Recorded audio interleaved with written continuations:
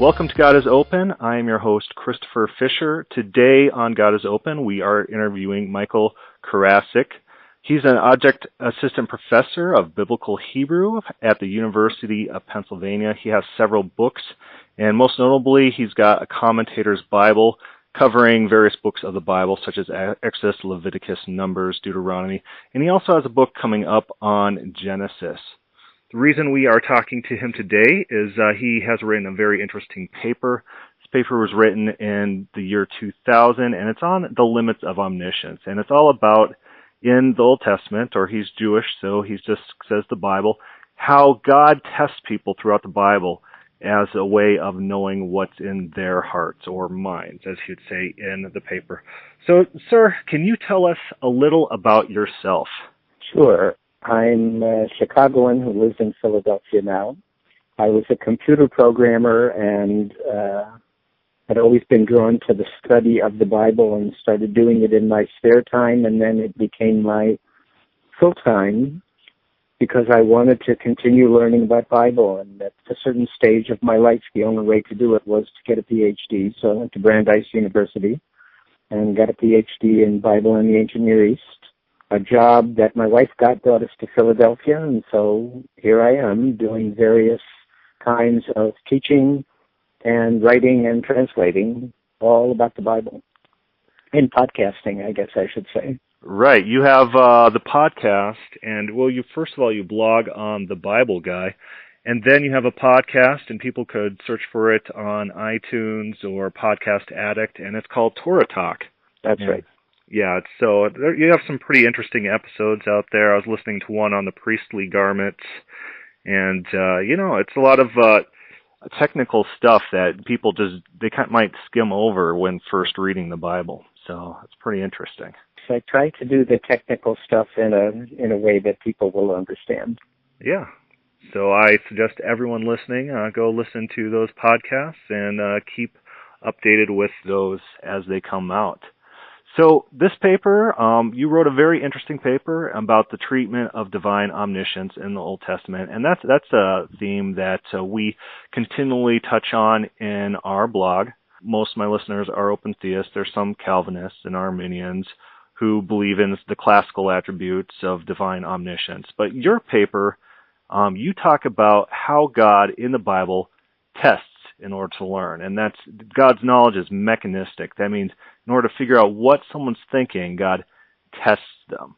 So can you briefly give an overview of your paper and your conclusions in that paper? Yes.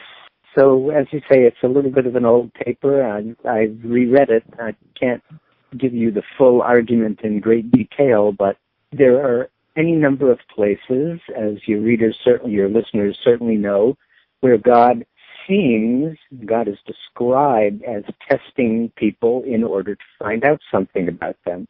He tests the Israelites to see whether they will follow his rules when they are in the wilderness. He tests Abraham to see what will happen when he tells him to offer up his son. And although he doesn't tell Job about this, he is testing Job in that book as well. And there's a couple of famous places in the book of Genesis, which I guess is why they're famous. The Tower of Babel in Genesis 11, and then Sodom and Gomorrah, I think it's in chapter 18 where this happens. I don't remember exactly where the verse that I'm thinking about is, but in both cases, God says, I'm going to go down so I can find out what's going on, which makes it sound as if he needs certainty that he can only get by learning something he doesn't already know. Right. And another half of the paper points out that there are places in the Bible where, as well, also in the narrative parts of the Bible, people say things privately. They think them to themselves in their heart or inside them, the way Sarah laughed when she heard she was going to have a baby at the age of 90. And every time I was able to find one of those places in the narrative of the Bible, the narrative itself immediately outs the person's innermost thoughts and reveals them and makes clear that God knows about them, which is somewhat surprising if elsewhere God is presented as having to test people to know what is really in their heart. Could that be, I might be skipping ahead a few questions, but could that be because, like, for example, if I say something to my son and he might have a thought of embarrassment or he might have a thought of revulsion or something, and just because I know him and what he thinks and how he acts, that I might be able to divine what's in his mind just by my knowledge of him or the circumstances? Is that a possibility? Sometimes it's definitely a possibility, but if we are talking about what's written in the Bible rather than trying to understand the character that the Bible is describing as a real being, if we understand just what's written in the Bible, there are plenty of times when it seems that it is being presented that God just knows it right away. So when Esau says in his heart, I'm going to kill my brother, Mm-hmm. the very next verse says, Rebekah was told that this was going to happen. And the commentators figure out all kinds of ways that she could know this, either that Esau couldn't keep it a secret and he told his friends at the bar, or that Rebekah was a prophet, and all kinds of different ways. But the text itself just presents, he said it in his heart, and she was told it immediately. Mm-hmm. Okay. That's some background on this paper. It was written in the year 2000. That's about 16 years ago when I was still in college or just graduating high school. I'm dating myself, I guess. Have your views have your views on this changed in the last 16 years? I haven't thought a lot about the specific details of this paper. I haven't really reread it more than once or twice in that time. And I wouldn't say that I have my views have developed in a specific way, but one of the points that I make in the paper is that God's omniscience or his lack of it is very much a choice that is made by the biblical writers in different sections of the Bible. And I would say that that's something I believe even more strongly than I did when I wrote the paper. Yeah, that's one of my favorite things about this paper. A lot of time, like a Calvinist commentator, someone who believes in omniscience and brings that theology to the text, they'll say that any story like the Genesis 18 and 19 text, they'll say, that's just a plot device in order to further the narrative. It's not a real depiction of God. And your suggestion is maybe it works in the opposite way. Maybe in the case of Sarah, knowing what's in Sarah's heart, the author is just adding that as a way to further the plot. Maybe that's the plot device. Maybe the omniscience isn't the plot device. Maybe not the lack of omniscience is the plot device, but maybe the omniscience itself is the plot device. Right. And I don't really want to get into a case where, we're looking into a mirror that's reflecting a mirror of a mirror of a mirror and so forth, because that would be a little bit crazy. But I don't think it's really smart to look into the Bible to find out things about the actual being that some of us pray to, who we assume created the universe. It may be that every word in the Bible is divine and was created by that being, but that doesn't mean that they are all facts about him. The Bible itself portrays God occasionally as making sure that people absorb certain lies that he wants for his purpose to be achieved. And from my perspective, the Bible is full of writings by people who are trying to come to grips with God as they understood God. And I am not willing to sort of read certain verses and say, well, this is what the real God is like, and other verses and say that's a plot device. Yeah, that's definitely understandable. Would you say it's fair to look at a verse or a chapter like Genesis 18 and say, this is what the author thought about God, rather than making our own conclusions directly about God? Can we make conclusions about the author of that specific text? Most certainly, if you can figure out who the author is. And of course, you can certainly say any particular idea speaks to me. The thing that I remember that strikes me that I did mention in the paper that you read is that in two different versions of the story of Isaac's birth being announced, which according to the documentary hypothesis are in two different voices in the Bible. Both of them have someone laughing and not believing what God said and trying to conceal the laughter. Yeah. Both explaining Isaac's name, obviously, but they're both trying to conceal the laughter, and both times God immediately knows what's going on. So the laughter is because of his name, but concealing it and God's knowing about it, it's interesting if those are two different versions of the story that both contain that particular detail. Yeah, definitely. So, in your paper, you make the very good point that in the Bible, heart and mind, it's not that the same distinctions that we currently make in modern culture. Can you elaborate on that? A little bit. There's something called anthropology, which is not what anthropologists call anthropology, but what biblical scholars used to call anthropology, that talk about how the biblical texts understand the mind. I'd like to tell the story that an anecdote that I read, which I hope is true, about Carl Jung, who apparently visited the United States and went out west and met an Indian chieftain.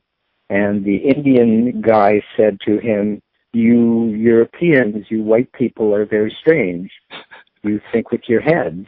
And Jung said, "Yeah, where do you guys think?" And he pointed to his heart and said, "We think here." Mm-hmm.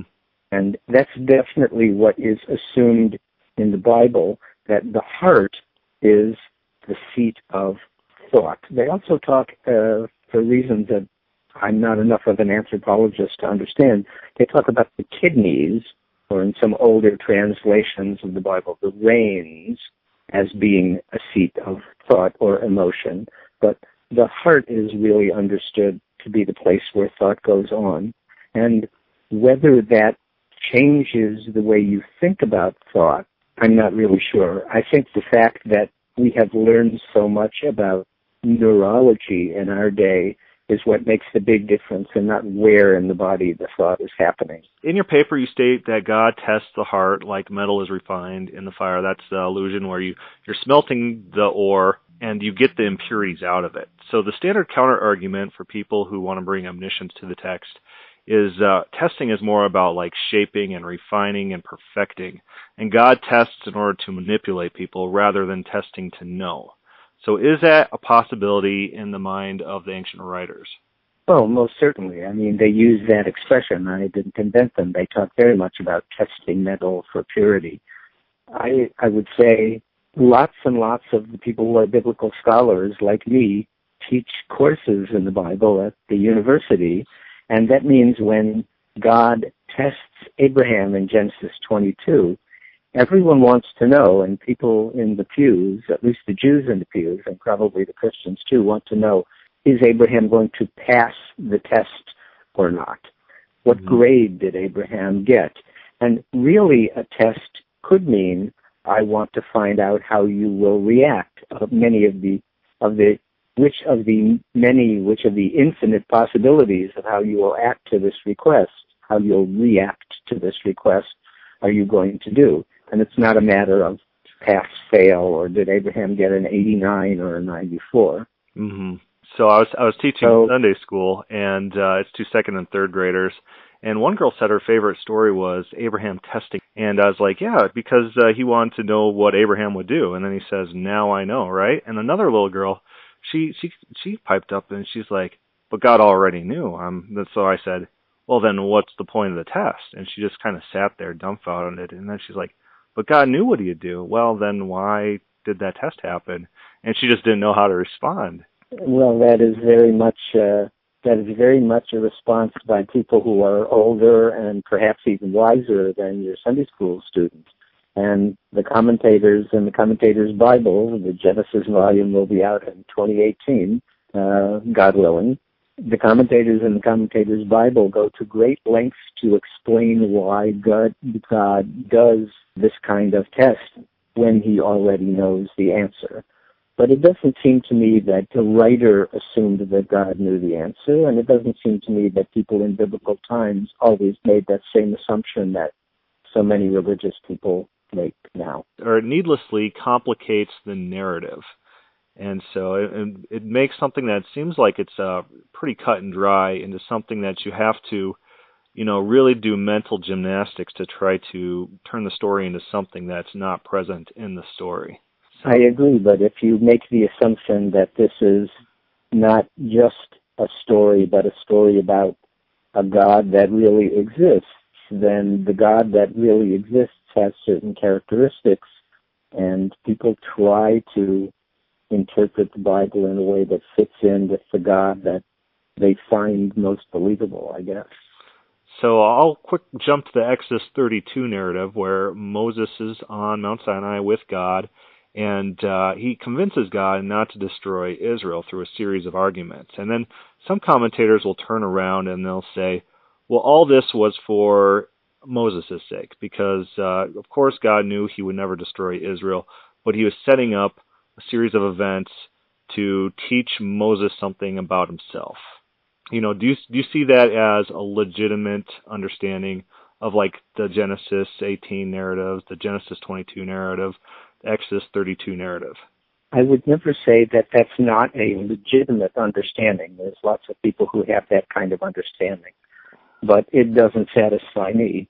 Yeah, I teach the book of Job from time to time, and the book of Job states very clearly that Job did not deserve to have the sufferings brought on him, and explains very clearly why God did it anyway. And students jump all over themselves to do what the character Elihu does in the book of Job, to prove that God was really doing this for Job's own good.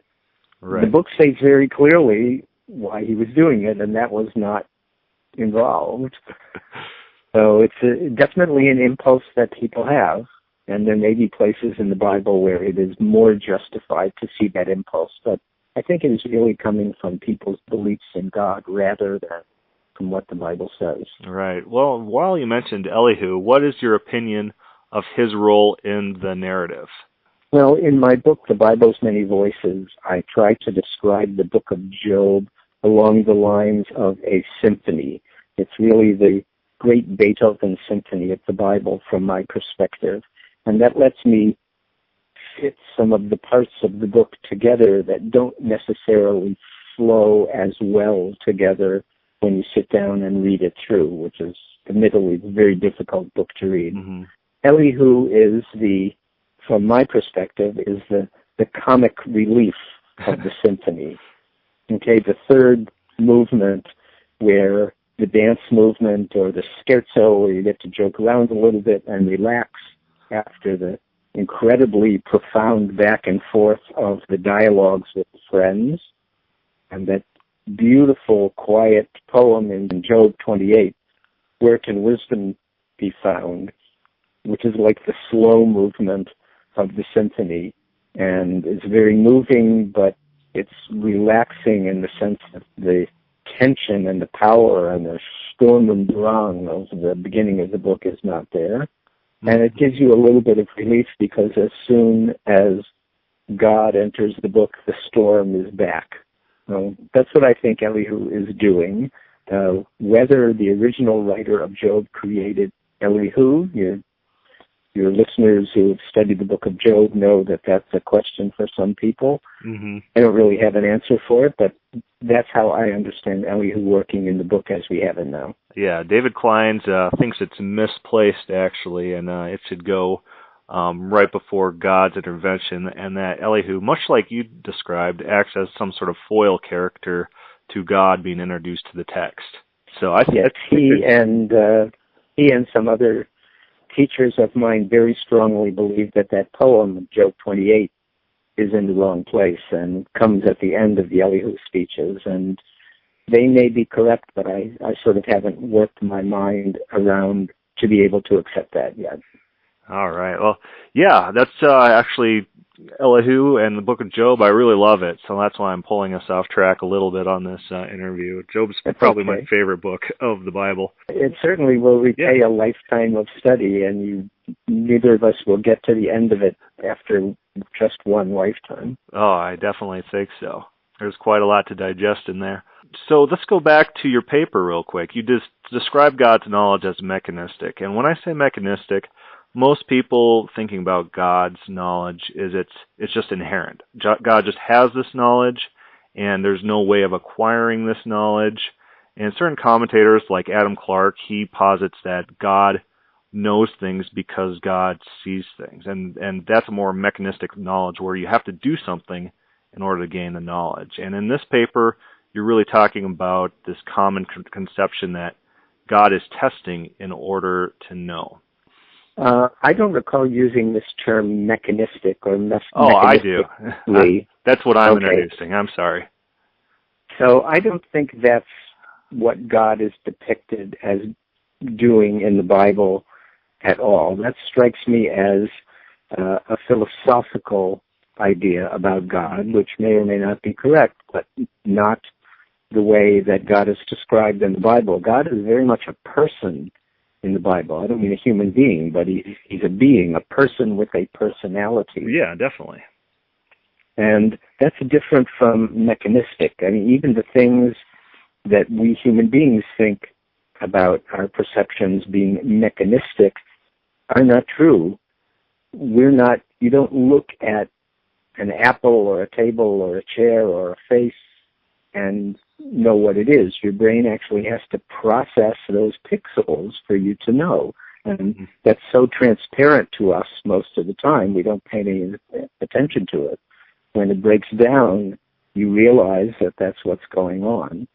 And so even our perceptions are not mechanistic in that way. And God's, I certainly don't think even the real God's perceptions are mechanistic. Well, maybe mechanistic isn't the right way. term. Maybe organic is a better term, where it's growing and learning and testing and acquiring. Would that be a good term?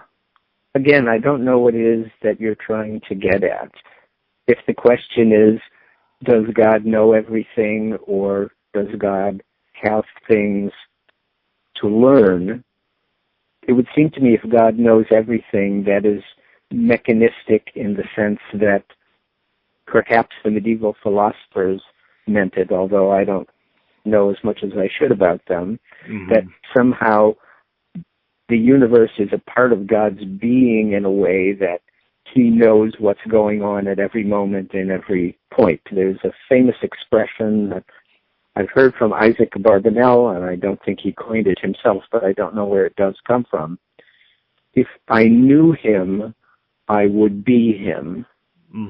If you knew God perfectly, you would be God, because God's essence is the knowledge of everything. It could be. So you can call that mechanistic if you want, I guess. All right.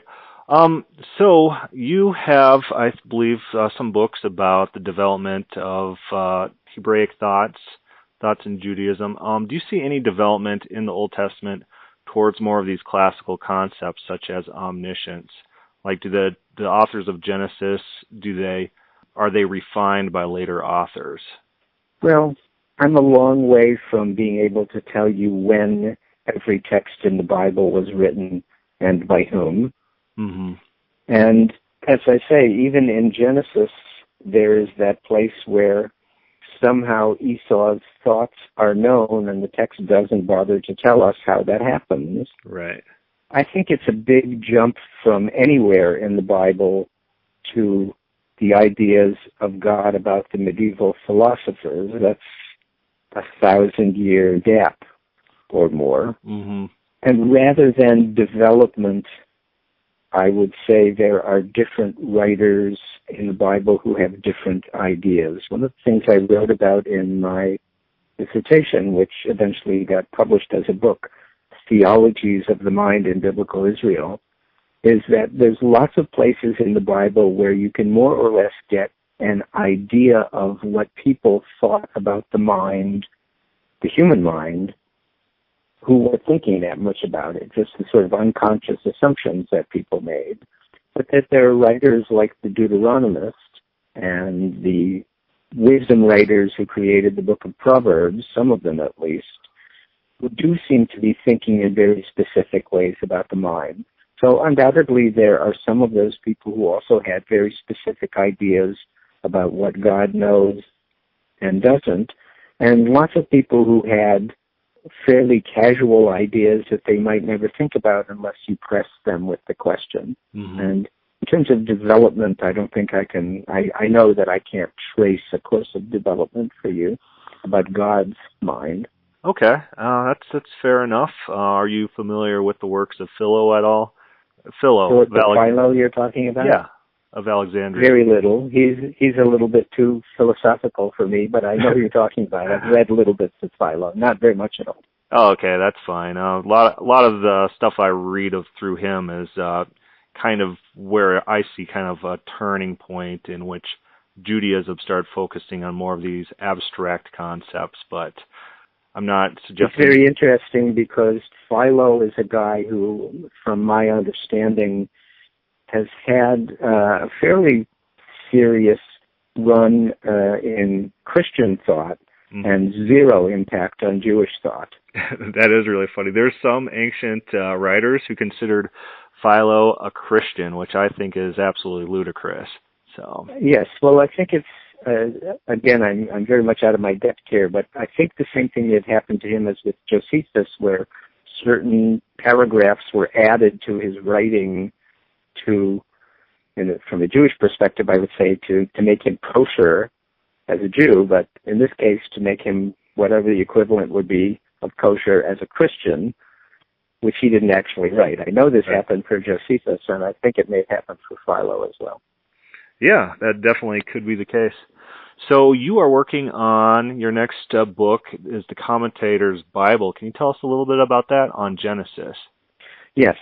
So the traditional Bible that you would find in a Jewish synagogue, at least for the last 500 years, is not one book between two covers, but a big set of volumes on each page of which there's a few lines of Bible completely surrounded by translations into Aramaic and commentaries covering at least 1,000 years.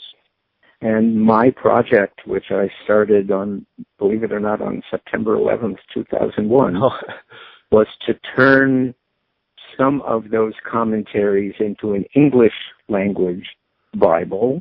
That's why there's a separate volume for each of these. Each of the first 5 books of the Commentator's Bible. Exodus is one volume between two covers, and Leviticus is a second volume. Numbers, Deuteronomy, and now Genesis will be completely separate volumes. That's how Jews read the Bible. And in my Bible, the Hebrew text is still at the center of the page, but everything else is in English. There's 2 English translations, both of them done by the Jewish Publication Society, which is based here in Philadelphia. One of them about 100 years ago, and one of them 20 to 40 years ago. Make it 30 to 50 years ago now, which, that's called the New Translation. Yeah, we always have to be updating our time frames, don't we? That's right. And then commentators, starting with Rashi, the great French commentator, 11th century French commentator, who is still the standard for Jewish study today, starting with kids in kindergarten, if you go to the right kindergarten, which I did not, and 3 or 4 more of his fellow commentators spanning a number of centuries around that text on the page. And that is what the Commentator's Bible is. If any one of your listeners is interested, you can actually go to the University of Nebraska Press website. They publish JPS books now. You can look for the Exodus volume of the Commentator's Bible, and there is a PDF sampler from it that will give you an idea of what the page looks like. And that, although traditionally in Hebrew, that is how Jews study the Bible, and not by opening up a book that has nothing in it but the text of the Bible. Yeah, that actually sounds pretty interesting. I was listening to Rabbi Sachs talk, and that's one of the ways he talked to the Prime Minister of England, because I'm not sure who it was, who was talking, David Cameron maybe, but he saw that Rabbi Sachs was reading this interesting book with all these texts surrounding it, and that's how he broke into the dialogue of, what he's reading and why he's reading it, and how to read the Bible. And it's just an interesting take on there's just a flowing commentary, and I kind of like that style. Yes, it is very much, the Bible is very much a center of Jewish conversation, and that page more or less assumes that after you have lurked on the fringes for a while, you too are going to join the conversation. Whether you actually get printed on the page is another thing, but you'll be part of the conversation. My guest today has been Michael Carasik. You could look up his podcasts on Torah Talk and also follow his blog on Bible Guy. Any closing thoughts for our audience? You have what seems like a very interesting podcast, and I'm going to have to listen to another episode that has someone other than me to find out more about it. So thank you so much for your time today, and if anyone has any questions or comments, feel free to put that on the God is Open webpage or our Facebook companion group, God is Open.